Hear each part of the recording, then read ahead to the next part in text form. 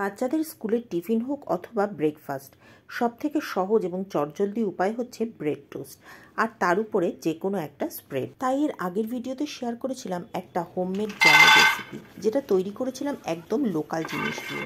লিঙ্কটা ডেসক্রিপশন বক্সে দেওয়া থাকবে, চাইলে দেখে নিতে পারেন। আজকে আরও একটা স্প্রেডের রেসিপি শেয়ার করছি। আজকের রেসিপি পিনাট চকলেট স্প্রেড। নিয়েছি হাফ কাপ চিনেবাদাম। আমি কাঁচা চিনেবাদাম নিয়েছি। এবার চিনেবাদামটাকে শুকনো খোলায় খুব ভালো করে ভেজে নেব। যখন দেখবেন খোসার রঙটা একদম পরিবর্তন হয়ে গেছে আর খোসার উপর কালো কালো দাগ ধরেছে আর চিনেবাদামগুলোর খোসাগুলো পপ আপ করে ফেটে যাচ্ছে, তখনই বুঝবেন চিনেবাদামটা ভালো করে ভাজা হয়ে গেছে। এবারে চিনেবাদামটাকে একটা প্লেটের মধ্যে নামিয়ে ঠান্ডা করে নেব। ঠান্ডা হয়ে যাওয়ার পর একটা ছাঁকনির উপর দিয়ে ভালো করে ডলে ডলে চিনেবাদামটার খোসা ছাড়িয়ে ভালো করে পরিষ্কার করে নেব।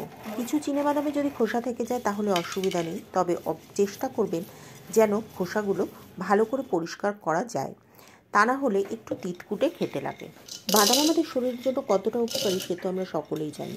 বাদামে থাকে গুড ফ্যাট, যেটা আমাদের চুল, চোখ, স্কিন, দাঁত সব কিছুর জন্যই খুবই উপকারী।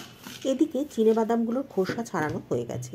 এবারে চিনেবাদামগুলোকে দিয়ে দেবো একটা মিক্সির জারের মধ্যে। মিক্সির জারের মধ্যে দিয়ে এটাকে পালস মোডে বারে বারে চালিয়ে গুঁড়ো করে নেব। এবারে মিক্সিরটার বাটিটা খুলে নিয়ে একবার দেখে দিচ্ছি যে কতখানি গুঁড়ো করেছি। দেখুন সুন্দরভাবে গুঁড়ো হয়ে গেছে। আবারও সমস্ত কিছু নাড়াচাড়া করে আবারও মিক্সির বাটিটা দিয়ে পালস মোডে কিছুক্ষণ চালিয়ে নেব।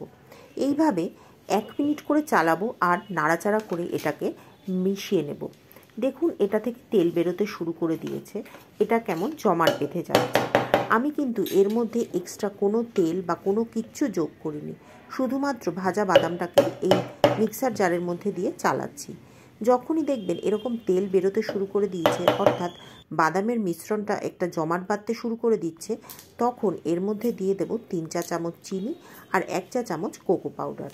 চিনি আর কোকো পাউডারটা দিয়ে আবারও একই পদ্ধতিতে বারে বারে এরকম পালস মোডে চালিয়ে এটাকে পেস্ট মতো বানিয়ে নিতে হবে।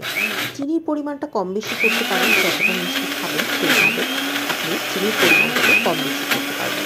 বাজার থেকে কিন্তু পিনাট বাটারগুলি পাওয়া যায়, সেগুলির মধ্যে কিন্তু ভেজিটেবল অয়েল অ্যাড করা হয়। আমি এখানে কোনো রকম তেল ব্যবহার করছি না। মিক্সিতে পিষে নেওয়ার সময় চিনেবাদাম থেকে যে তেলটা বেরোচ্ছে সেই তেলটাই কিন্তু এটা তৈরি হচ্ছে। আমি বাইরে থেকে এক্সট্রা কোনো তেল এটার মধ্যে অ্যাড করিনি। পিনাট চকলেট স্প্রেডটা তৈরি হয়ে গেছে। আমি চামচে করে নিয়ে দেখিয়ে দিচ্ছি এটা কত সুন্দরভাবে তৈরি হয়েছে। এবারে চকলেট স্প্রেডটা একটা বাটির মধ্যে তুলে নেব। এই সমস্ত চকলেট স্প্রেডটা তৈরি করতে আমার মোট সময় লেগেছে 10 থেকে 12 মিনিট মতো। কোনো রকম প্রিজারভেটিভ ছাড়া এবং কোনো রকম তেল ছাড়া এই হেলদি এই পিনাট চকলেট স্প্রেড আপনি খুব সহজেই বাড়িতে আপনার ক্ষুদেটির জন্য বানিয়ে নিতে পারেন। আর যেহেতু এটা বাড়িতে বানানো এবং প্রিজারভেটিভ ফ্রি, সেই জন্য এটা স্বাস্থ্যের জন্য অত্যন্ত উপকারী আর খেতেও এতটাই টেস্টি হয় যে আপনার ক্ষুদেটি কোনোভাবেই না তো করবেই না, বরং আপনি একবার বানিয়ে খাওয়ালে সে বারবার এটা বানানোর ডিমান্ড করবে। বাড়িতে চকলেট স্পঞ্জ কেক বানালে তার উপরেও এটাকে ড্রেসিং হিসেবে আপনি ব্যবহার করতে পারবেন। আজকে আমি এটাকে স্যান্ডউইচ স্প্রেড হিসেবেই ব্যবহার করছি। প্রথমে ব্রেড টোস্ট করে তার উপরে এই স্প্রেডটা লাগিয়ে নিয়েছি। এবারে ওপরে কিছু কলার টুকরো সাজিয়ে দেব। এর উপরে চাইলে একটু হানি ড্রিজল করে দিতে পারেন।